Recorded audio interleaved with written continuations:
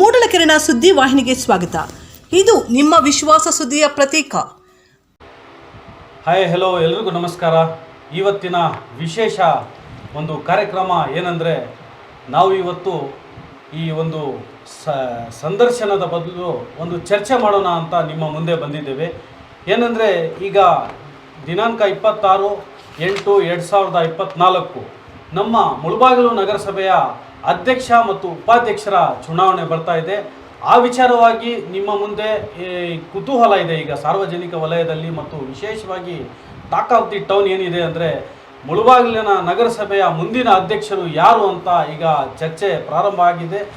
ಆ ಕಾರಣ ನಾವು ಇವತ್ತು ಈಗ ಎನ್ವಿರಾನ್ಮೆಂಟ್ ಯಾವ ರೀತಿ ಇದೆ, ಸದಸ್ಯರು ಯಾವ ಕಡೆ ಇದ್ದಾರೆ, ಯಾರ ಪೈಕಿ ಅಧ್ಯಕ್ಷರಾಗ್ಬೋದು ಅಂತ ಸ್ವಲ್ಪ ಅನಾಲಿಸಿಸ್ ಮಾಡೋಣ ಅಂತ ನಿಮ್ಮ ಮುಂದೆ ಬಂದಿದ್ದೀವಿ. ಈ ಕಾರ್ಯಕ್ರಮಕ್ಕೆ ಮೊದಲನೇದಾಗಿ ನನ್ನ ಜೊತೆ ಮೂಡಲಕಿರಣ ಸಂಸ್ಥೆಯ ಸಂಸ್ಥಾಪಕರಾದ ವಿ ಚಲಪತಿರವರು, ಬಜರಂಗಿ ಚಲಪತಿ ಅಂತ ಅವರು ಖ್ಯಾತಿ, ಅವರು ನಮ್ಮ ಜೊತೆ ಇದ್ದಾರೆ. ಮೊದಲಿಗೆ ಅವ್ರಿಗೆ ಸ್ವಾಗತ ಕೋರ್ತಾ ಇದ್ದೀನಿ. ನಮಸ್ತೆ ಎಲ್ಲರಿಗೂ. ಮುಳಬಾಗಿಲಿನ ನಗರಸಭೆ ಎಲೆಕ್ಷನ್ ಬಿಟ್ಟು ಸುಮಾರು ತಿಂಗಳಿಗೆ ಆಗಿದೆ. ಅಭಿವೃದ್ಧಿ ಕೆಲಸಗಳು ಕುಂಠಿತ ಆಗ್ತಿದೆ. ಯಾರು ಅಧ್ಯಕ್ಷರು ಅಂತ ಕೂಡ ಎರಡನೇ ಅವಧಿಗೆ ಯಾರು ಅಧ್ಯಕ್ಷರು ಅಂತ ಒಂದು ತಡಮಾಡದಲ್ಲಿ ಅಭಿವೃದ್ಧಿ ಕುಂಠಿತ ಆಗಿದೆ ಅಂತ ನಾವು ಹೇಳ್ಬೋದು. ಜುಲ್ಫಿಕರ್ ಅವರೇ, ಮುಳಬಾಗಿಲು ನಗರಸಭೆ ಇಲ್ಲಿನ ಒಂದು ಪರಿಸ್ಥಿತಿಗೆ ಬಂದಾಗ ಕಾಂಗ್ರೆಸ್ಸು 8 ಇದೆ. ಕಾಂಗ್ರೆಸ್ ಅಧಿಕೃತವಾಗಿ 8 ಇದೆ. JDS 10 ಇದೆ, ಇಂಡಿಪೆಂಡೆಂಟು 10 ಇದೆ, BJP 2 ಇದೆ, SDPI 1 ಇದೆ. 31 ಸದಸ್ಯರ 31. ಈ ರೀತಿ ಈಗ ಅವರು ಅಧಿಕೃತವಾಗಿ ಅವರ ಸಿಂಬಲ್ ಮೇಲೆ ಗೆದ್ದಿರೋದು ಹೀಗಿದ್ದಾರೆ. ಅವ್ರ ಸಿಂಬಲ್ ಮೇಲೆ ಗೆದ್ದು ನಗರಸಭೆಯನ್ನು ಒಂದು ಅವಧಿಗೆ ಅಧ್ಯಕ್ಷರಾಗಿ ತಾವೆಲ್ಲ ನೋಡಿರ್ಬೋದು.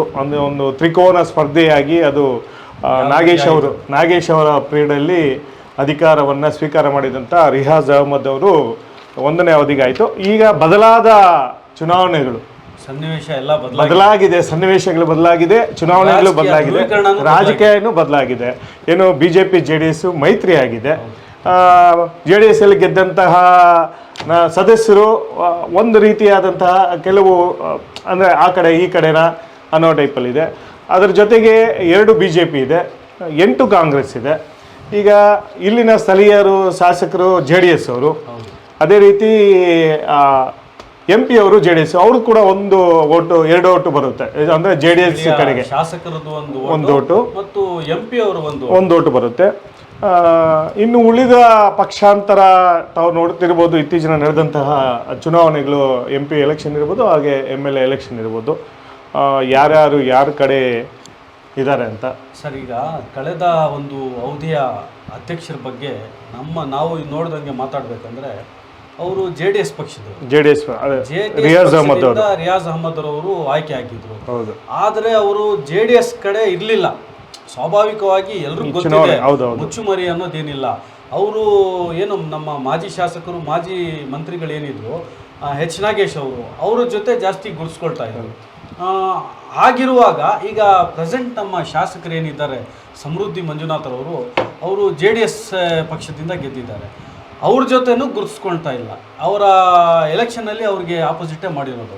ಬಹಿರಂಗವಾಗಿ ಇಲ್ಲದೆ ಇದ್ರು ಕೂಡ ಎಲ್ರಿಗೂ ಗೊತ್ತಿರೋ ವಿಚಾರ. ಅವ್ರ ವಿರುದ್ಧನೇ ಚುನಾವಣೆ JDS ಪಕ್ಷದಲ್ಲಿದ್ರೂ ಕೂಡ ಇತ್ತೀಚಿನ MP ಮತ್ತು MLA ಚುನಾವಣೆಗಳಲ್ಲಿ ಅವರು ತಟಸ್ಥವಾಗಿದ್ರು ಅಂತ ಹೇಳ್ಬೋದು, ಇಲ್ಲ ಬೇರೆ ಕಡೆ ವಾಳಿದ್ದಾರೆ ಅಂತ ಕೂಡ ನಾವು ಇದ್ರ ಮೂಲಕ ಹೇಳ್ಬೋದು. ಯಾಕಂದರೆ ಇನ್ನು ಒಬ್ಬರು ಕೂಡ ನಮ್ಮ ನಾಗರಾಜ್ ಅವರು, ಗೋವಿ ಕಾಲೋನಿ ವಾರ್ಡ್ ನಂಬರ್ 7, ಅವರು ಕೂಡ JDS ಪಕ್ಷದಿಂದ ಗೆದ್ರು ಕೂಡ ಅವರು ಬಹಿರಂಗವಾಗಿಯೇ ಕೆಲವು ಕಡೆ ಕಾಂಗ್ರೆಸ್ ಅಭ್ಯರ್ಥಿ ಪರವಾಗಿ ಅವರು ಪ್ರಚಾರ ನಡೆಸಿದ್ದಾರೋ ಇಲ್ಲ, ಆದರೆ JDS ಪರವಾಗಿ ಅಂತೂ ಎಲ್ಲೂ ಕಾರ್ಯಕ್ರಮದಲ್ಲಿ ಭಾಗವಹಿಸ್ತಾ ಇಲ್ಲ. JDS ಕಾರ್ಯಕ್ರಮದಲ್ಲಾಗಲಿ, MLA ಗೆದ್ದಾಗಿಂದ ಕೂಡ ಆಗಲಿ ಎಲ್ಲೂ ಕಾರ್ಯಕ್ರಮದಲ್ಲಿ ಭಾಗವಹಿಸ್ತಿಲ್ಲ. ಇನ್ನು ಉಳಿದವರು ಇದರಲ್ಲಿ ಇನ್ನು ಕೆಲವರು ಇದ್ದಾರೆ. ಈಗ JDS ಮತ್ತು BJP ಮೈತ್ರಿಯಿಂದ ಕೆಲವು ವಾರ್ಡ್ಗಳನ್ನ ಸದಸ್ಯರು ಇಂಡಿಪೆಂಡೆಂಟ್ ಇರ್ಬೋದು, ಹಾಗೆ JDSನ ಪಕ್ಷದವರು ಇರ್ಬೋದು, ಸ್ವಲ್ಪ ಹಾಗೂ ಹೀಗೂ ಇದ್ದಾರೆ. ಮೈತ್ರಿ ದೊಡ್ಡ ಮಟ್ಟದಲ್ಲಿ, ರಾಜ್ಯ ಮಟ್ಟದಲ್ಲಿ ಮೈತ್ರಿ ಆಗಿದೆ. ಇಲ್ಲಿ ಮೈತ್ರಿ ಏನಾದರೂ ಕಾಣಿಸ್ತಾ? ಇಲ್ಲಿ ಮೈತ್ರಿ ಇಲ್ಲ. ಇಲ್ಲಿ ಮೈತ್ರಿ ಕಾಣಿಸ್ತಾ? ಇಲ್ಲಿ ಮೈತ್ರಿ ಇಲ್ಲ. ನೋಡಿ, ಮೈತ್ರಿ ಬಗ್ಗೆ ನಾವು ಮಾತಾಡಬೇಕಂದ್ರೆ JDS ಮತ್ತು BJP ಮೈತ್ರಿ ಆಗಿದೆ. ಆದ್ರೆ ನಮ್ಮ ಮುಳಬಾಲ್ನಲ್ಲಿ ಮೈತ್ರಿ ಕಾಣ್ತಾ ಇಲ್ಲ. ಈಗ ಮುಂದೆ ನಾವು ನೋಡ್ಬೇಕಾಗಿರೋ ವಿಚಾರ ಏನಂದ್ರೆ, ಈಗ ತಾವು ಹೇಳ್ದಂಗೆ JDS ಅಲ್ಲಿ 10 ಜನ ಗೆದ್ದಿದ್ದಾರೆ, ಕಾಂಗ್ರೆಸ್ ಸಿಂಬಲ್ ಮೇಲೆ 8 ಜನ ಗೆದ್ದಿದ್ದಾರೆ. ಅದೇ ರೀತಿ BJP ಅಧಿಕೃತವಾಗಿ 2 ಮೆಂಬರ್ಸ್ ಈಗ ಆಲ್ರೆಡಿ ಕೌನ್ಸಿಲರ್ಸ್ ಇದ್ದಾರೆ. ಒಬ್ಬರು SDP ಸಿಂಬಲ್ ಇಂದ ಗೆದ್ದಿದ್ದಾರೆ. ಪಕ್ಷೇತರ 10 ಜನ ಇದ್ದಾರೆ. 31 ಸದಸ್ಯರಲ್ಲಿ 16 ಬರಬೇಕು. 16 ಬಂದ್ರೆ ಒಂದು ಮೆಜಾರಿಟಿ ಬರ್ಬೋದು ಅಂತ. 16 ಯಾರು ಕೌನ್ಸಿಲರ್ಸ್ ಒಂದ್ ಕಡೆ ಬರ್ತಾರೆ, ಅವರ ಅಧ್ಯಕ್ಷರಾಗ್ತಾರೆ ಅಂತ ಆ ಪಕ್ಷ ಅಧಿಕಾರಕ್ಕೆ ಮೆಜಾರಿಟಿ ಬರುತ್ತೆ. ಈಗ ಆಲ್ರೆಡಿ ಈ ಕೆಲವು ಸದಸ್ಯರುಗಳು ಬೇರೆ ಊರುಗಳಿಗೆ ರೆಸಾರ್ಟ್ ರಾಜಕೀಯ ಕೂಡ ಮಾಡ್ತಿದ್ದಾರೆ. ರೆಸಾರ್ಟ್ ರಾಜಕೀಯ ಮಾಡ್ತಿದ್ದಾರೆ. ನಾವು ಮೊದಲು ನೋಡ್ತಾ ಇದ್ವಿ MLAs MPs ಅವರು ರೆಸಾರ್ಟ್ ಹೋಗಿ ಅಲ್ಲಿಂದ ಡೈರೆಕ್ಟ್ ಈಗ ಗ್ರಾಮ ಪಂಚಾಯತಿ ಸದಸ್ಯರೇ ರೆಸಾರ್ಟ್ ರಾಜಕೀಯ ಮಾಡ್ತಾರೆ. ಅಷ್ಟು ಮಟ್ಟಿಗೆ ಹೊಟ್ಟೋಗಿದೆ ಚುನಾವಣೆಗಳು ಅಂದ್ರೆ. ಹಾಗಂದ್ರೆ ಅದರಲ್ಲಿ ಎಷ್ಟು ಇನ್ಕಮ್ ಇದೆ ಅಂತ ಲೆಕ್ಕನ. ಹೌದು, ಈಗ ಪಂಚಾಯತಿ ಚುನಾವಣೆಗಳೇ, ಹಾಲಿನ ಡೈರಿ ಚುನಾವಣೆಗಳೇ ಅದರಲ್ಲಿ ಸಿಂಬಲು ಇರೋದಿಲ್ಲ. ಹೌದು, ಅದೇನಪ್ಪ ಅಂದ್ರೆ ದೊಡ್ಡ ಮಟ್ಟದಲ್ಲಿ ಚುನಾವಣೆ ರೂಪದಲ್ಲಿ ಅದೇ ತಗೊಂತಾರೆ. ನಾವೇ ನೋಡ್ತಾ ಇದೀವಲ್ವಾ, ದೊಡ್ಡ ಮಿನಿ ಬಸ್ ಸದಸ್ಯರನ್ನು ಕರ್ಕೊಂಡು ಬಂದು ಅವರು ಚುನಾವಣೆ ನಡೆಸೋದು. ಹೌದೌದು, ರೆಸಾರ್ಟ್ ರಾಜಕೀಯ ಅನ್ನೋದು ಈಗ ಒಂದು ಟ್ರೆಂಡ್ ಸೃಷ್ಟಿ ಮಾಡಿದ್ದಾರೆ ಅನ್ನಬಹುದು. ಈಗ ನಮಗೆ ಬಲ್ಲ ಮೂಲಗಳಿಂದ ಬಂದಿರುವ ಮಾಹಿತಿ ಇದೇ, ನಾವು ಪರ್ಫೆಕ್ಟ್ ನಾವೇ ಸ್ಪಷ್ಟನೆ ಅನ್ನೋದು ಕೊಡಕ್ಕಾಗಲ್ಲ. ಯಾವ ರೀತಿ ಯಾರು ಇದ್ದಾರೆ ಅಂತ ನಿಮ್ಗೇನಾದ್ರೂ ಗೊತ್ತಿದೆಯಾ ಸರ್? ಈಗ ನನ್ನ ಪ್ರಕಾರ ಈಗ ಅಂದ್ರೆ ನಾವು ಕೆಲವು ಕಾರ್ಯಕ್ರಮಗಳು JDS ಕಾಂಗ್ರೆಸ್ ಕಾರ್ಯಕ್ರಮಗಳಾದಾಗ ನಾವು ಸುದ್ದಿ ಮಾಡದಂಥವ್ರು ಯಾರಿದ್ದಾರೆ ಏನು ಅಂತ ನಮ್ಗೆ ಗೊತ್ತಾಗಿರುತ್ತೆ. ಕೆಲವು ಅವರು ಯಾರು ಸದಸ್ಯರು ಯಾವ ಕಡೆ ಇದ್ದಾರೆ ವಾಲಿದ್ದಾರೆ ಅಂತ. ಈಗ ನೀವು ಹೇಳಿದಾಗೆ ಮಾಜಿ ಅಧ್ಯಕ್ಷರು ರಿಯಾಜ್ ಅಹಮದ್ ಅವರು ಕಾಂಗ್ರೆಸ್ಸಿನ ಕದ ತೊಟ್ಟಿದ್ದಾರೆ, ಗುರ್ಸ್ಕೊಂತಾ ಇಲ್ಲ. ಅದ್ರ ಜೊತೆಗೆ ನಾಗರಾಜ್ ಅವರು, ಮತ್ತೆ ಇವರು ನಿರುಪಮ ಅವರು ರೀಸೆಂಟ್ ಆಗಿ ಅವರು ಕಾಂಗ್ರೆಸ್ ಇಂದ ಅವರು ಇದು ಮಾಡಿದ್ದಾರೆ. ಅದೇ ರೀತಿ ಈಗ ಕೆಲವರು ಅಂದ್ರೆ ಇನ್ನೊಂದು ಡೌಟ್, ವಾರ್ಡ್ ನಂಬರ್ 1 ತಾಟ್ಪಾಳ್ಯದ ಚೈತ್ರ ಡಿ ಬಿಜೆಪಿಯಿಂದ ಗೆದ್ದಿದ್ದಾರೆ. ಇವರು ಯಾವ ಕಡೆ ಕಾಣ್ತಾ ಇದ್ದಾರೆ? ಇವರು ಏನು ಅಂತ ಹೇಳಕ್ ಆಗ್ತಾ ಇಲ್ಲ. ಇವರ ಒಂದು ಪರಿಸ್ಥಿತಿ ಹೇಳಕ್ ಆಗ್ತಾ ಇಲ್ಲ ಯಾವ ಕಡೆ. ನಾವು ನೋಡ್ದಂಗೆ ಕೋಲಾರ ಶಾಸಕರಾದ ಮತ್ತು ಮುಳಬಾಗಿಲಿನ ಮಾಜಿ ಶಾಸಕರಾದ ಕೊತ್ತೂರು ಮಂಜುನಾಥ್ ಅವ್ರ ಕಡೆ ಗುಂಪಲ್ಲಿದ್ದಾರೆ ಅಂತ. ಬಟ್ ಇವರು ಯಾವ ಕಡೆ ಇವರ ಸದಸ್ಯತ್ವ ಪಾಲನೆ ಮಾಡ್ಲೇಬೇಕು, ಯಾಕಂದ್ರೆ BJP ಅವ್ರು ಒಬ್ಬೇಕಲ್ವಾ. BJP ಅವರು ನಾಳೆ ದಿವಸ ನಾವು ಮೈತ್ರಿ ಧರ್ಮ ಪಾಲನೆ ಮಾಡಲ್ಲ ಅಂದ್ರೆ BJP ಅವರ ಅಧಿಷ್ಠಾನ ಅವರು ಹೈಕಮಾಂಡ್. ಸಿಂಪಲ್ ಆಗಿ ಒಂದು ಅನಾಲಿಸಿಸ್, ಒಂದು ನಮ್ಮ ಒಂದು ಇದು ಅನಿಸಿಕೆ ಇದೇ ಅವರು ಆ ಕಡೆ ಇದ್ದಾರೆ, ನಾವು ಹೇಳ್ದಂಗೆ ನಾವು ನೋಡ್ಬಿಟ್ಟಿದೀವಿ, ಪರ್ಫೆಕ್ಟ್ ಸ್ಪಷ್ಟನೆ ಇಲ್ಲ. ಇದು ಒಂದು ಊಹಾಪೋಹಗಳು ಸಾರ್ವಜನಿಕ ವಲಯದಲ್ಲಿ ಬಂದಿರೋದು. ಅದಕ್ಕೊಂದು ರಿಯಾಲಿಟಿ ಚೆಕ್ ಅಷ್ಟೇ. ತಾಟ್ಪಾಳ್ಯದ ಒಂದು ವಾರ್ಡ್ ನಂಬರ್ 1 ಚೈತ್ರ ಡಿ ಬಿಜೆಪಿಯಿಂದ ಗೆದ್ದಿದ್ದಾರೆ. ಮತ್ತೆ ಮುತ್ಯಾಲಪೇಟೆಯ ವಾರ್ಡ್ ನಂಬರ್ 2 ನಿರುಪಮ ಅವರು ಕಾಂಗ್ರೆಸ್. ಯಾಕಂದ್ರೆ ಕೊತ್ತೂರು ಮಂಜುನಾಥ್ ಅವರು ಅವರ ಚುನಾವಣೆಗೆ ಬಹಳಷ್ಟು ಕಷ್ಟಪಟ್ಟಿದ್ದಾರೆ, ಅವರನ್ನು ಗೆಲ್ಸ್ಕೊಂಡಿದ್ದಾರೆ ಅಲ್ಪ ಮತಗಳಿಂದ ಅಲ್ಲಿ. ಅದು ಕಾಂಗ್ರೆಸ್ ಆಯ್ತು. ಗಣೇಶ್ ಪಾಳ್ಯ ವಾರ್ಡ್ ನಂಬರ್ 3 ಸೋಮಣ್ಣ, ಇವರು JDS ಪಕ್ಕ ಅಂತ. JDS ಯಾಕಂದ್ರೆ JDS ಜೊತೆ ಗುರ್ತಿಸ್ಕೊಳ್ತಾ ಇದ್ರೆ JDS ನ. ಮತ್ತೆ ವಾರ್ಡ್ ನಂಬರ್ 4 ಚಾಂದ್ ಪಾಷಾ ಅವರು ಇಂಡಿಪೆಂಡೆಂಟ್. ಈಗ ಇವರು ಯಾರ ಕಡೆ ಇದ್ದಾರೆ ಅಂತ ಏನಾದ್ರು ಸ್ಪಷ್ಟನೆ ಇದೆಯಾ? ಅದು ಅದೇ ಯಾಕಂದ್ರೆ ಇದು ಏನಪ್ಪಾ ಅಂದ್ರೆ ಸದಸ್ಯರು ನಾಳೆ ಯಾವ ಕಡೆ ಇವರು ಅವರ ವೈಯಕ್ತಿಕ. ಈಗ MLA ಅವರು 4 ವರ್ಷ ಇರ್ತಾರೆ ಇನ್ನ ಮುಳಬಾಲಲ್ಲಿ, ಅಂದ್ರೆ 1 ವರ್ಷ ಆಗಿದೆ ಚುನಾವಣೆ ನಡೆದು. ಅಲ್ಲಿ ಅಭಿವೃದ್ಧಿ ಕಾರ್ಯಗಳಾಗಬೇಕು. ಯಾರ ಕಡೆ ಗುರುತಿಸ್ಕೊಂಡ್ರೆ ನಮಗೆ ಒಂದು ನಮ್ಮ ವಾರ್ಡಿನ ಕೆಲಸಗಳಾಗ್ಬೋದು ಅನ್ನೋದು ಆ ಯೋಚನೆಯಲ್ಲಿ ಇರ್ಬೋದು. ಚುನಾವಣೆ ನಡೀತು, ರಿಯಾಜ್ ಅಹಮದ್ ಅವರ ಬೆಂಬಲಕ್ಕೆ ಅವರು ಕೂಡ. ಹಾಗಾದ್ರೆ ಅವರು ನಾವು ಹೇಳಕ್ಕಾಗಲ್ಲ ಯಾರ ಕಡೆ ವಾಳ್ತಾರೋ ಯಾರ ಕಡೆ ಅದು ಹೋಗ್ತಾರೆ. ಈಗ ಸರಳ ಅವರು ವಾರ್ಡ್ ನಂಬರ್ 5 ಹೌದಲ್ವಾ, JDS ಪಕ್ಷದಿಂದ ಗೆದ್ದಿದ್ದಾರೆ. ಆದ್ರೆ ಕಳೆದ ಒಂದು ವಿಧಾನಸಭಾ ಚುನಾವಣೆಯಲ್ಲಿ ಕಾಂಗ್ರೆಸ್ ಅವರ ಪತಿಯಾದ ನವೀನ್ ಅವರು ಕಾಂಗ್ರೆಸ್ ಜೊತೆ ಗುರುತಿಸ್ಕೊಂಡಿದ್ರು. ಕಾಂಗ್ರೆಸ್ ಲೀಡರ್ಗೂ ಮನೆಗೆ ಹೋಗಿ ನಾವು ಸುದ್ದಿನೂ ಮಾಡಿದೀವಿ. ಈ ರೀತಿ ಅವರು JDS ಗೂ ಸಪೋರ್ಟ್ ಮಾಡಬಹುದು, ಮಾಡದೇ ಇರಬಹುದು. ಇನ್ನೊಂದು ವಿಚಾರ ಇದೆ ಸರ್, ಈಗ JDS ಇಂದ ಗೆದ್ದಿದ್ದಾರೆ. JDS ಇಂದ ಗೆದ್ದಿರೋರು ಅವ್ರ ಮೇಲೆ ಪಕ್ಷಾಂತರ ಏನಾದ್ರು ಕಾಯ್ದೆ ಅನ್ವಯ ಆಗ್ಬಹುದಾ? ಅದು ಅವರ ಪಕ್ಷದ ಸಿದ್ಧಾಂತಗಳಿಗೆ ಒಳಪಟ್ಟಿರುತ್ತೆ. ಹೈಕಮಾಂಡ್ ಏನ್ ಹೇಳುತ್ತೆ, ಯಾಕಂದ್ರೆ ವಿಪ್ ಜಾರಿ ಮಾಡಬಹುದು, ಇಲ್ಲ ನೀವು ಇರ್ಲೇಬೇಕು ಅಂತ ಇದು ಮಾಡಬಹುದು. ಕಠಿಣ ಏನು ಆ ಪಕ್ಷಕ್ಕೆ ಏನು ಅದು ಕಾನೂನಿನ ಇದರಲ್ಲಿ ಏನ್ ಬರುತ್ತೋ ಅವರವರ ಪಕ್ಷದಲ್ಲಿ ಅವರು. ಏನಾಗಿದೆ ಅಂದ್ರೆ ನೀವು ನೋಡ್ತಾ ಇದ್ದೀರಾ, ವಿಪ್ ಜಾರಿ ಮಾಡಿದ್ರು ಕೇರ್ ಮಾಡ್ತಾ ಇಲ್ಲ. ಮತ್ತೆ ಈ ಪಕ್ಷಾಂತರ ಕಾಯ್ದೆ ಇದ್ರು ಕೂಡ ಯಾವುದೇ ಲೆಕ್ಕಕ್ಕೆ ತಗೊಳ್ದೆ ಸದ್ಯಕ್ಕೆ ನೆಕ್ಸ್ಟ್ ಮುಂದುವರ್ಸೋಣ. ಪ್ರಸಾದ್ ಅವರು ಬಿಜೆಪಿಯಿಂದ Ambedkar Nagar ward number JDS ಜೊತೆನೆ ಗುರುತಿಸ್ಕೊಂಡಿದ್ದಾರೆ, ಅದು ಅದರಲ್ಲಿ ಡೌಟ್ ಇಲ್ಲ. ಮತ್ತೆ ನೀವು ಹೇಳ್ದಂಗೆ ನಮ್ಮ ನಾಗರಾಜ್ ಅವರು ಬೋವಿ ಕಾಲೋನಿ ಜೆಡಿಎಸ್ ಅಲ್ಲಿ ಗೆದ್ದಿರೋದು. ಈಗ ಯಾರ ಕಡೆ ಬರ್ತಾರೆ ನೋಡ್ಬೇಕು ವಿಪ್ ಜಾರಿ ಆದ್ರೆ. ಹೌದು. ಮತ್ತೆ ಅದೇ ರೀತಿ TS ಸುವರ್ಣ ವೀರಭದ್ರ ನಗರ ಅವರು ಇಂಡಿಪೆಂಡೆಂಟ್ ಇದ್ದಾರೆ. ಅವು ಸ್ಪಷ್ಟನೆ ಇನ್ನೂ ಕಾಣ್ತಾ ಇಲ್ಲ. ಅವ್ರಿಗೂ ಒಂದು ರೀತಿ ಅವರು JDS ಇದ ಅಂತ ಯಾವ ಕಡೆ ಈಗ ಸದಸ್ಯರ ನಾವು ಅವ್ರ ಹತ್ರನೂ ಮಾಹಿತಿ ಕೇಳಿಲ್ಲ. ಅದು ತಟಸ್ಥ ಇದ್ದು ಇನ್ನೂ ಅದರ ಬಗ್ಗೆ ನಮಗೆ. ವಾರ್ಡ್ ನಂಬರ್ 9 ಭಾಗ್ಯಮ್ಮ ಇದ್ದಾರೆ. ಭಾಗ್ಯಮ್ಮ ಗೆದ್ದಿರೋದು JDS ಪಕ್ಷ, ಯಾಕಂದ್ರೆ JDS ಇಂದ ಲಾಸ್ಟ್ ಟೈಮ್ ಅವರು ಉಪಾಧ್ಯಕ್ಷರಾಗಿದ್ದು, ನಗರಸಭೆ ಉಪಾಧ್ಯಕ್ಷರು. ಮತ್ತೆ ವಾರ್ಡ್ ನಂಬರ್ 10 ಇದು ಪಕ್ಕ JDS ಇದು. ಯಾಕಂದ್ರೆ ಇಂಪಾರ್ಟೆಂಟ್ ಅಂದ್ರೆ ಇವರ ಅಧ್ಯಕ್ಷ ಸ್ಥಾನಕ್ಕೆ ಕೂಡ ಲಾಬಿ ಮಾಡ್ತಾ ಇರೋದು, ಲಾಬಿ ಮಾಡ್ತಾ ಇದ್ದಾರೆ ಇವರು ಅಧ್ಯಕ್ಷ ವಾರ್ಡ್ ನಂಬರ್ 10 ಹೇಳ್ಬಹುದು. ಅದೇ ಲಾಬಿ ಮಾಡ್ತಿದ್ದಾರೆ JDS ಇಂದ ಅಭ್ಯರ್ಥಿ ಪದ್ಮಜ ರಘುರ್ ಅವರು ವಾರ್ಡ್ ನಂಬರ್ 10 ಇವರು ಒಬ್ಬ ಅಭ್ಯರ್ಥಿ ಆಗಬಹುದು. ಇನ್ನೂ ಯಾವುದೇ ಅಧಿಕೃತ ಮಾಹಿತಿ ಬಂದಿಲ್ಲ, ಆದ್ರೆ ಇವರು ಕೂಡ ಒಬ್ಬ ಕಂಟೆಸ್ಟೆಂಟ್ ಅಂತ ಹೇಳಬಹುದು. ವಾರ್ಡ್ ನಂಬರ್ 11 ಮಲ್ಲಿಕಾರ್ಜುನ ಮಲ್ಲಿ ಅಂತಾರೆ. ಇವರು ಇಂಡಿಪೆಂಡೆಂಟ್. ಇವರು ಮೊದಲು ಯಾವ ಗ್ರೂಪ್ ಅಲ್ಲಿ ಅಂದ್ರೆ ಕೊತ್ತೂರು ಮಂಜುನಾಥ್ ಅವ್ರ ಗ್ರೂಪ್ ಅಲ್ಲಿ ಕಾಣಿಸ್ತಾ ಇದ್ರು. ಈಗ ಆ ಗ್ರೂಪ್ ಅಲ್ಲಿ ಅಷ್ಟು ಹೆಚ್ಚಿಗೆ ನಾನು ನೋಡ್ತಾ ಇಲ್ಲ. ಕೆಲವು ಕಾರ್ಯಕ್ರಮಗಳಲ್ಲಿ ಕೊತ್ತೂರು ಮಂಜುನಾಥ್ ಅವರು ಗ್ರೂಪ್ ಅಲ್ಲಿ ಇದ್ರು. ಈಗ ಈ ಚುನಾವಣೆಯಲ್ಲಿ ಯಾರ ಕಡೆ ಹೋಗ್ತಾರೆ ಅದು ಒಂದು ನಾವು ತಟಸ್ಥ ಅಂತ ಹೇಳ್ಬೋದು. ಯಾವ ಕಡೆ ವಾಳ್ತಾರೆ ಅಂತ ಕೂಡ ಗೊತ್ತಿಲ್ಲ. ಮತ್ತೆ ಈಗ ಸನ್ನಿವೇಶಗಳು ಏನಾಗ್ತಿದ್ಯೋ, ರೆಸಾರ್ಟ್ ರಾಜಕೀಯದಲ್ಲಿ ಏನೇನ್ ಆಗ್ತಿದ್ಯೋ ನಮ್ಗೆ ಗೊತ್ತಿಲ್ಲ. ಯಾಕೆಂದ್ರೆ 2 ದಿನ ಇದೆ. ಈಗ ಏನೇನು ರಾಜಕೀಯ ತಳಮಳಗಳಾಗ್ತಾ ಇದೆಯೋ, ಯಾವ ಸದಸ್ಯರು ಯಾವ ಕಡೆ ವಾಳಿದಾರೋ ಕೂಡ. ರಾಜ್ಯದಲ್ಲಿ ಕಾಂಗ್ರೆಸ್ ಸರ್ಕಾರ, ಲೋಕಲ್ ಅಲ್ಲಿ JDS. ಈ 4 ವರ್ಷ MLA ಇರ್ತಾರೆ. ಅದಾದ್ರೂ ಯೋಚನೆ MP JDS ಇರ್ತಾರೆ. ಮತ್ತೆ ಈಗ ವಾರ್ಡ್ ನಂಬರ್ 12 ಜಬಿ ಇದು ಪಕ್ಕ ಕಾಂಗ್ರೆಸ್. ಇಮ್ರಾನ್ ಪಾಷಾ ಇದು ಕಾಂಗ್ರೆಸ್ ಎಲ್ಲ ಇದ್ದಾರ. ಏನಾದ್ರೂ ಚೇಂಜಸ್ ಆಗಿದೆಯಾ? ಏನು ಅದು ನಿಮಗೆ ಗೊತ್ತಿರೋ ವಾರ್ಡ್ ನಂಬರ್ 13 ಇಮ್ರಾನ್ ಪಾಷಾ ಇನ್ನು ಕಾಂಗ್ರೆಸ್ ಇಂದ ಅಧಿಕೃತವಾಗಿ ಗೆದ್ದಿದ್ದಾರೆ. ಕಾದ್ ನೋಡ್ಬೇಕು. ಬಟ್ ಆ ಕಡೆ ಈ ಕಡೆ ಪಕ್ಷಾಂತರಗಳು ಆಗ್ಬೋದೇನೋ ಅನ್ಸುತ್ತೆ. ಹೌದು, ಆ ಕಡೆ ವೈಮನಸ್ಸಿರೋರು ಈ ಕಡೆ ವೈಮನಸ್ಸಿರೋ ಆ ಕಡೆ ನಮ್ಮನ್ನು ಚೆನ್ನಾಗಿ ನೋಡಿಲ್ಲ ಅಂತ ಅವರು ಅಲ್ಲ.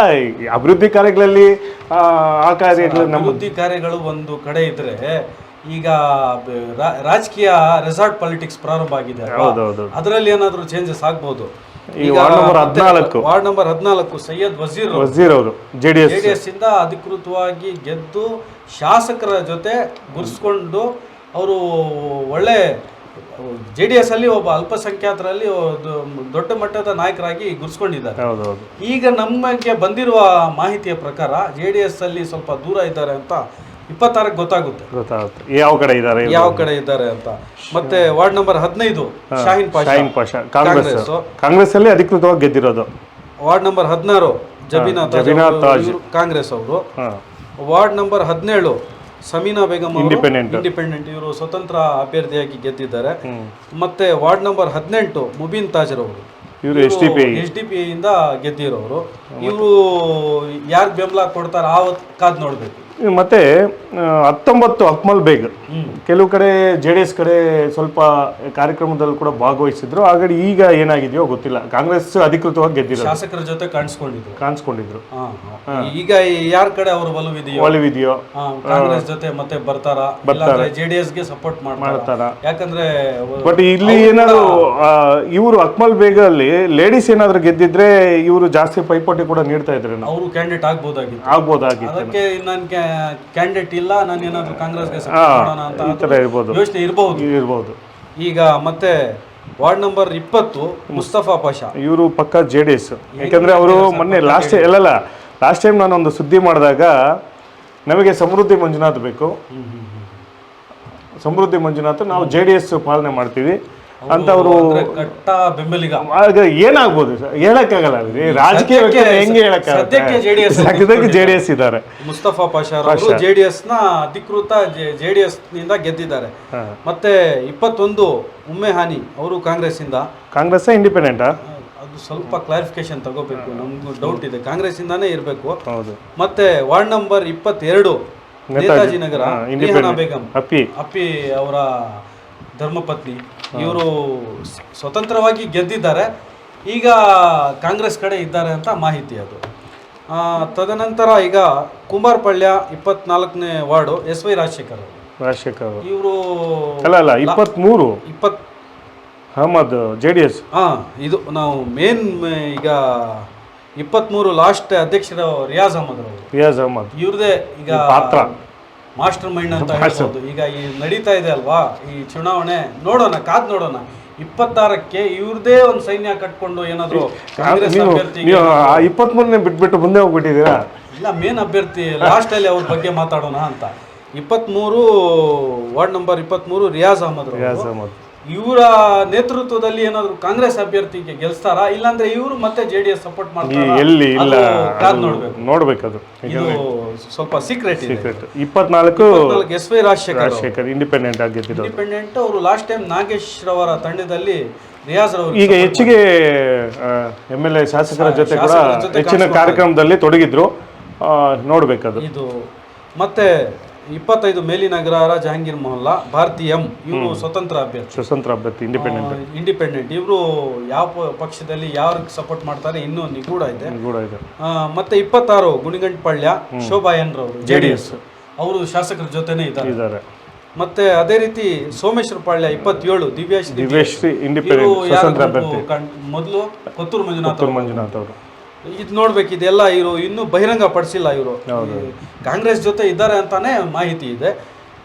ತದನಂತರ 28 ತೋಟಲ್ಪಾಳ್ಯ ಮುನಿರಾಜು JDS ಇವರು JDS ಜೊತೆನೇ ಇದ್ದಾರೆ. ಪಳ್ಳಿಗಿರಿ ಪಾಳ್ಯ 29 ವಾರ್ಡ್ ನಂಬರ್ ಗರಡಿ ಶಂಕರಪ್ಪ ಇವರು ಪಕ್ಕ ಇದರಲ್ಲಿ ಜಾಸ್ತಿ ಕಡೆ ಕೊತ್ತೂರು ಮಂಜುನಾಥ್ ಕಡೆನೇ ಇದ್ದಾರೆ. ಅವರು ಯಾವ ಪಕ್ಷಕ್ಕೆ ಅಂತ ಅಲ್ಲಿ ಇಂಡಿಪೆಂಡೆಂಟ್ ಆಗಿ ಗೆದ್ದಿದ್ದಾರೆ. ಅಲ್ಲಿ ಏನಾಯ್ತು ಅಂದ್ರೆ ಮೊದಲು BJPಯ ಒಂದು ಟಿಕೆಟ್ ಬಂದಿಲ್ಲ ಅಂತ ಅವರು ಒಂದು ಸ್ವತಂತ್ರ ಅಭ್ಯರ್ಥಿಯಾಗಿ ಪೈಪೋಟಿ ಮಾಡಿ ಬಂಡಾಯ BJP ಅಂತಾನೆ ಅಲ್ಲಿನ ಮತದಾರರು ಹಾಕಿರೋದು. ಇವರು ಈಗ ಯಾವ ಕಡೆ ಅಭಿವೃದ್ಧಿ ಕಡೆ ಅವ್ರಿಗೆ ಒಂದು ಅವ್ರ ವಿಚಾರಕ್ಕೆ ಬಂದಾಗ ಅವರು BJP ಪರವಾಗಿ ಹೋಗ್ತಾರಾ ಇಲ್ಲ ಅಂದ್ರೆ ಕಾಂಗ್ರೆಸ್ ಪರವಾಗಿ ಹೋಗ್ತಾರಾ ಅನ್ನೋದು ಕಾದ್ ನೋಡ್ಬೇಕಾಗಿದೆ ಅವ್ರದ್ದು. ಮತ್ತೆ ಶಾಮೀರ್ ಮೊಹಲ್ಲಾ ವಾರ್ಡ್ ಹೊಸಪಾಳ್ಯ 30ನೇ ವಾರ್ಡು ನೈಮಾ ಬೇಗಂ ಇವರು JDS ಇವರು JDS ಇಂದ ಗೆದ್ದಿದ್ದಾರೆ. ಇನ್ನೂ ಇದು ಸಸ್ಪೆನ್ಸ್ ಅಲ್ಲಿ ಇದೆ, ಯಾರ ಕಡೆ ಹೋಗ್ತಾರೆ. ಕೊನೆಯದಾಗಿ ಶಬಾನಾ ಬೇಗಂ 31ನೇ ವಾರ್ಡ್ ನಂಬರ್ 31 ಕಾಂಗ್ರೆಸ್ ಇದಿಷ್ಟು ಇದನ್ನ ನೀವು ನೋಡಬಹುದು. ವಾರ್ಡ್ ನಂಬರ್ ಅವರು ಅಭ್ಯರ್ಥಿ ಸರ್, ಅವರು ಅಭ್ಯರ್ಥಿ ಆಗ್ಬಹುದು. ಹೌದಲ್ವಾ? ಈಗ ನಮ್ಮ ಕಾಂಗ್ರೆಸ್ ನಗರ ಬ್ಲಾಕ್ ಪ್ರೆಸಿಡೆಂಟ್ ಅವರು ಇದು ನಮ್ಗೆ ಮುಖ್ಯವಾಗಿರೋದು 31 ವಾರ್ಡ್ ಫೈನಲ್ ಇವರ ಅಭ್ಯರ್ಥಿ ಅಂತಾನೆ ಘೋಷಣೆ ಮಾಡಬೇಕು ಅಂತ ಕಾಂಗ್ರೆಸ್ ಅಲ್ಲಿ ಪೈಪೋಟಿ ನಡೀತಾ ಇದೆ. ರೆಸಾರ್ಟ್ ರಾಜಕೀಯ ಏನ್ ನಡೀತಾ ಇದೆ ಅದರಲ್ಲಿ ಅಮಾನುಲ್ಲಾ ಬ್ಲಾಕ್ ಪ್ರೆಸಿಡೆಂಟ್ ಇದ್ದಾರೆ. ಅವ್ರ ಧರ್ಮಪತ್ನಿ ವಾರ್ಡ್ ನಂಬರ್ 30ರಲ್ಲಿ ಅವರು ನಗರಸಭೆ ಸದಸ್ಯರಾಗಿದ್ದಾರೆ. ಅವರು ಅಭ್ಯರ್ಥಿ ಆಗ್ತಾರೆ ಅಂತ ಬಲ್ಲ ಮೂಲಗಳಿಂದ ಬಂದಿರೋ ಮಾಹಿತಿ. ಈ ರೀತಿ ಈಗ ಪ್ರೆಸೆಂಟ್ ಸಿನಾರಿಯೋ ಮುಳಬಾಗಿಲಿನ ನಗರಸಭೆಯ ಸದಸ್ಯರ ಪೈಕಿ ಈ ರೀತಿ ವಾತಾವರಣ ಇದೆ ಅಂತ ನಮ್ಮ ಒಂದು ಅನಿಸಿಕೆ ಮತ್ತು ಟಾಕ್ ಆಫ್ ದ ಟೌನ್. 26ಗೆ ಇದರ ಒಂದು ಏನು ವಿಜಯಮಾಲೆ JDS ಇಲ್ಲ ಕಾಂಗ್ರೆಸ್ ಅನ್ನೋದು ಅದ್ರ ಮುಂದೆ ಈ ಒಂದು ಏನು ಇಂಡಿಪೆಂಡೆಂಟ್ 10 ಸ್ವತಂತ್ರ ಅಭ್ಯರ್ಥಿಗಳು 10 JDS 10 ಕಾಂಗ್ರೆಸ್ 8 BJP 2 ಶಾಸಕರದೊಂದು MP ದೊಂದು ಇದಿಷ್ಟು 33 ವೋಟ್ ಇದೆ. ಈ 33 ವೋಟ್ಗಳಲ್ಲಿ 33 ಸದಸ್ಯ 31 ವಾರ್ಡು ಇದೊಂದು 2 33 ಮತ ಆಗುತ್ತೆ. ಇದರಲ್ಲಿ 16 ಯಾರಿಗೆ ಬಂದ್ರೆ ಅವರು 16 ಈಗ 33 ಆದ್ರೆ ಇನ್ನೂ ಒಂದು ವೋಟ್ ರೈಸ್ 17 ಮತಗಳನ್ನು ಯಾರು ಪಡಿತಾರೆ ಅವ್ರದ್ದೇ ಜಯಮಾಲೆ, ಅವರೇ ಅಧ್ಯಕ್ಷರು. ಈಗ ಇನ್ನೊಂದು ವಿಚಾರ ಹೇಳಕ್ ಹೋಗಿದ್ವಿ. ಈಗ ಇಲ್ಲಿ ಮೈತ್ರಿ ಧರ್ಮ ಪಾಲನೆ ಮಾಡುವಂಥದ್ದಿರ್ಬೋದು, ಅದೇ ರೀತಿ ಕೊತ್ತೂರು ಮಂಜುನಾಥ್ ಅವರ ಪ್ರಾಬಲ್ಯ, ಇದು ಎರಡೂ ಕೂಡ ಒಂಥರ ಪೈಪೋಟಿಯಾಗಿ ಶಾಸಕರಾಗಲಿ, ಕೋಲಾರ ಶಾಸಕರಾಗಲಿ, ಮುಳಬಾಗಿಲು ಶಾಸಕರಾಗಲಿ ಒಂದು ಪೈಪೋಟಿಯ ವಾತಾವರಣ ಕೂಡ ನಡೀತಾ ಇದೆ ಸರ್. ವಿಶೇಷವಾಗಿ ನಮ್ಮ ಮುಳಬಾಗಿಲಿನ ವಿಚಾರ ಹೇಳಬೇಕಂದ್ರೆ ಕಳೆದ ಅವಧಿಯಲ್ಲಿ ಕೊತ್ತೂರು ಮಂಜುನಾಥ್ರವರು ಇಲ್ಲಿ ಸಕ್ರಿಯವಾಗಿದ್ದರು ಮುಳಬಾಲ್ನಲ್ಲಿ.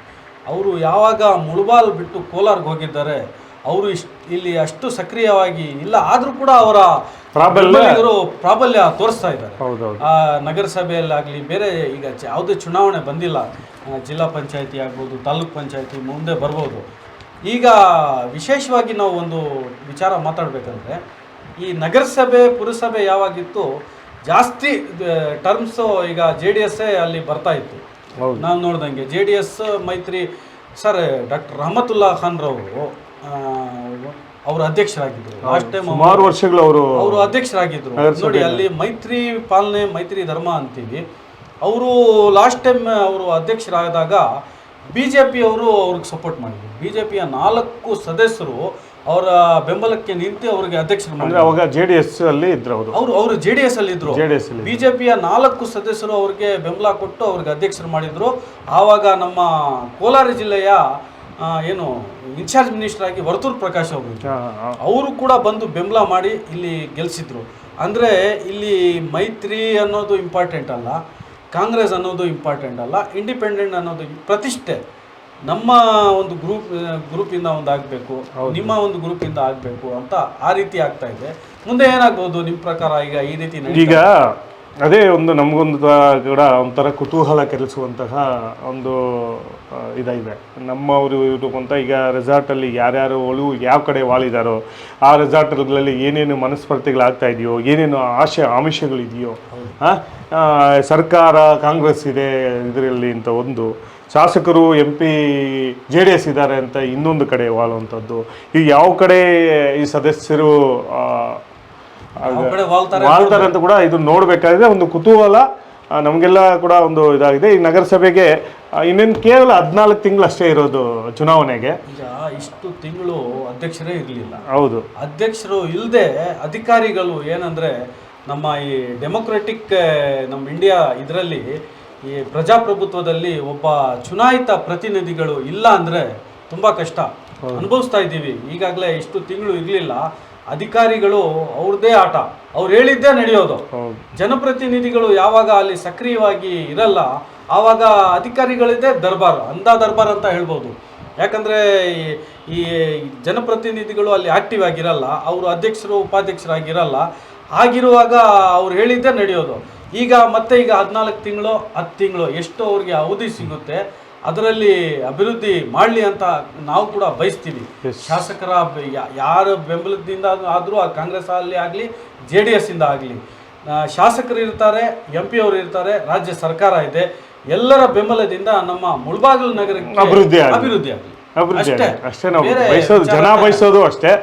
ರಸ್ತೆ ಇರ್ಬೋದು, ನೀರಿರ್ಬೋದು, ಮೂಲಭೂತ ಸೌಕರ್ಯ ಇರ್ಬೋದು, ಇದನ್ನ EC ಖಾತೆಗಳು, ಅದು ಇದು ಮನೆ ಕಟ್ಟುವಂಥದ್ದು, ಇನ್ನೊಂದು ನಗರಸಭೆ ವ್ಯಾಪ್ತಿಯಲ್ಲಿ ಬರುವಂತಹ ಸ್ವಚ್ಛತೆ, ಇದನ್ನೆಲ್ಲ ಗಮನದಲ್ಲಿಟ್ಕೊಂಡು ಯಾರು ಅಭಿವೃದ್ಧಿ ಕೆಲಸ ಮಾಡ್ತಾರೋ ಮುಳಬಾಗಿಲಿಗೆ ಅವ್ರನ್ನ ನೀವು ಆಯ್ಕೆ ಮಾಡ್ಕೊಳ್ಳಿ.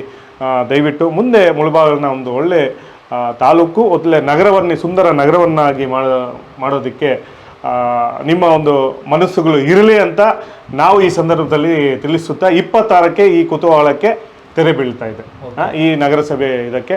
ಅಲ್ಲಿವರೆಗೂ ನಮಗೆ ಈ ಒಂದು ಸುದ್ದಿಯನ್ನು ನಾವಿಬ್ಬರು ಅಂದರೆ ಕರ್ನಾಟಕ ಸಂಪಾದಕ ಮತ್ತು ವರದಿಗಾರ ಸಂಘದ ಒಂದು ಕಚೇರಿಯಲ್ಲಿ ಈಗ ಒಂದು ನಗರಸಭೆಯ ಚುನಾವಣೆಯ ಕುತೂಹಲವನ್ನು ನಿಮ್ಮ ಮುಂದೆ ಇಟ್ಟಿದ್ದೀವಿ. ಇದರ ಅನಿಸಿಕೆ, ನಿಮ್ಮ ಅಭಿಪ್ರಾಯಗಳನ್ನು ಫೈನಲಿ ಒಂದು ಕನ್ಕ್ಲೂಷನ್ ಹೇಳ್ಬಿಡೋಣ. ಇಷ್ಟೊತ್ತು ನಾವು ಏನು ಮಾತಾಡ್ಕೊಂಡಿದ್ದೀವಿ ಇದು ಟಾಕ್ ಆಫ್ ದ ಟೌನ್, ಜನ ಏನು ಮಾತಾಡ್ಕೊಳ್ತಾ ಇದ್ದಾರೆ ಅದ್ರ ಬಗ್ಗೆ ನಾವು ಒಂದು ಅನಾಲಿಸಿಸ್ ಮಾಡಿದ್ದೀವಿ ಅಷ್ಟೇ. ನಾವು ಹೇಳ್ತಾ ಇರೋದೇ ಅವ್ರು ಈ ಕಡೆ ಇದ್ದಾರೆ ಅಂದ್ರೆ ನಾವು ಹೇಳ್ದಂಗೆ ಅದು ಪರ್ಫೆಕ್ಟ್ ನಾಟ್ ಡಿಸೈಡ್ ಆಗಿಲ್ಲ. ಯಾಕಂದ್ರೆ ನಾವು ಹೇಳಿ ಇದು ಮಾಹಿತಿ ರಾಂಗ್ ಕೊಟ್ಟಿದ್ದಾರೆ, ನಾವು ಅದನ್ನ ಡಿಸೈಡ್ ಅಂತ ಹೇಳಿಲ್ವ, ಅನಾಲಿಸಿಸ್ ಅಷ್ಟೇ. ಒಂದು ಊಹಾಪೋಹ ಯಾವ ಕಡೆ ಆದ್ರೂ ಇರ್ಬೋದು, ಅವರು ಯಾವ ಕಡೆ ಅದು ಈಗ ಕಾಂಗ್ರೆಸ್ ಅಲ್ಲಿರೋರು JDS ಅಲ್ಲಿ ಇರ್ಬೋದು, JDS ಅಲ್ಲಿರೋರು ಕಾಂಗ್ರೆಸ್ ಅಲ್ಲಿ ಇರ್ಬೋದು. ಅವ್ರ ಮನಸ್ಥಿತಿಗಳು ಸದಸ್ಯತ್ವನ ನಾವು ಬದಲು ಮಾಡ್ಸೋಕ್ಕೆ ಅವ್ರಿಗೆ ನಮ್ಗಾಗಲ್ಲ. ಅವ್ರ ಮನಸ್ಥಿತಿಗಳು ಯಾರಿಗೆ ಓಟ್ ಹಾಕ್ತಾರೆ ಅಂದರೆ ಇದು ಮತ ಅನ್ನೋದು ಅದೊಂದು ಅವರ ಹಕ್ಕು. ಅದು ಯಾರಿಗೆ ವಿಜಯಮಾಲೆ ಆಗುತ್ತೆ, ಯಾರ ಅಭ್ಯರ್ಥಿನ ಆಯ್ಕೆ ಮಾಡ್ಕೊತಾರೆ. ಪೈಪೋಟಿ ಅಂತೂ ಆಗ್ತಾ ಇದೆ ಇಬ್ಬರ ನಡುವೆ, ಕಾಂಗ್ರೆಸ್ ಮತ್ತು JDSನ ಜಟಾಪಟಿ ಪೈಪೋಟಿ ಅಂತೂ ಆಗ್ತಾ ಇದೆ. ನೀನಾ ಅಂತ ಕೂಡ ಇದೆ. ಏನ್ ನಡೆಯುತ್ತೆ ನಾವು ಕಾದು ನೋಡ್ಬೇಕಾಗಿದೆ 26ವರೆಗೂ. ಓಕೆ ಸರ್, ಈಗ 26ವರೆಗೂ ಈ ನಗರಸಭೆ ವಿಚಾರವನ್ನು ಕಾದು ನೋಡೋಣ. ಅಲ್ಲಿವರೆಗೂ ಈ ಕಾರ್ಯಕ್ರಮ ನಾವು ಇವತ್ತು ಏನು ಚರ್ಚೆ ಮಾಡಿದ್ದೀವಿ ಇದು ಮುಕ್ತಾಯ ಮಾಡ್ತೀವಿ. ಮುಂದಿನ ಎಪಿಸೋಡಲ್ಲಿ ಬೇರೆ ವಿಚಾರವನ್ನು ನಿಮ್ಮ ಮುಂದೆ ಇಡೋಣ. ಒಂದು ಒಳ್ಳೆ ಮಾಹಿತಿಯನ್ನು ಇದೆ. ಅಲ್ಲ, ಯಾವ ವಿಚಾರ ಇರಬೇಕು ಅಂತ ನಿಮ್ಮ ಕಾಮೆಂಟ್ ಮುಖಾಂತರ ತಲುಪಿಸಿದ್ರೆ ಉತ್ತಮ. ಕಾಮೆಂಟ್ಗಳು ಮಾಡುವವರಿಗೆ ಒಂದು ನನ್ನ ಸಣ್ಣ ಮನವಿ, ನಾವೇನಾದರೂ ಮಾತಾಡೋದ್ರಲ್ಲಿ ಭಾಷೆಯಲ್ಲಿ ಮತ್ತು ಏನೇ ಒಂದು ವಿಚಾರ ಇರಲಿ, ತಪ್ಪಿದ್ರೆ ನಾವು ತಿದ್ಕೊಳ್ತೀವಿ. ನೀವು ಒಳ್ಳೆ ಕಾಮೆಂಟ್ಸ್ ಕೊಡಿ, ನಮಗೆ ಸಹಕಾರ ಕೊಡಿ. ಒಳ್ಳೆ ಕಾಮೆಂಟ್ಸು ಕೊಡಿ, ಅದೇ ತಿದ್ಕೊಳ್ಳೋ ಕಾಮೆಂಟ್ಸು ಕೊಡಿ. ನಮ್ಗೆ ಎಲ್ಲಾ ಬಂದ್ಬಿಡುತ್ತೆ ಅಂತ ಹೇಳಕ್ಕಾಗಲ್ಲ. ಏನೋ ಒಂದು ನಮ್ಗೆ ಗೊತ್ತಿರೋ ಮಾಹಿತಿಯನ್ನ ಪ್ರಯತ್ನ ಮಾಡ್ತಾ ಇದ್ದೀವಿ. ನಮ್ಗೆ ನಿಮ್ಮ ಸಹಕಾರ ಅತ್ಯಮೂಲ್ಯ ಮತ್ತು ತುಂಬಾ ಅಗತ್ಯ ಇದೆ. ಇವತ್ತಿನ ಈ ಕಾರ್ಯಕ್ರಮ ನಾವು ಇಲ್ಲಿಗೆ ಮುಕ್ತಾಯ ಮಾಡ್ತಾ ಇದ್ದೀವಿ. Thank you. ಧನ್ಯವಾದ. ಮೂಡಲಕಿರಣ ಯೂಟ್ಯೂಬ್ ಚಾನಲ್ ಅನ್ನು ತಪ್ಪದೇ ಸಬ್ಸ್ಕ್ರೈಬ್ ಮಾಡಿ, ಲೈಕ್ ಮಾಡಿ, ಶೇರ್ ಮಾಡಿ. ನಮ್ಮ ಮುಂಬರುವ ಎಲ್ಲಾ ವಿಡಿಯೋಸ್ಗಳಿಗಾಗಿ ಪಕ್ಕದಲ್ಲೇ ಇರುವ ಬೆಲ್ ಬಟನ್ ಅನ್ನು ಒತ್ತಿ.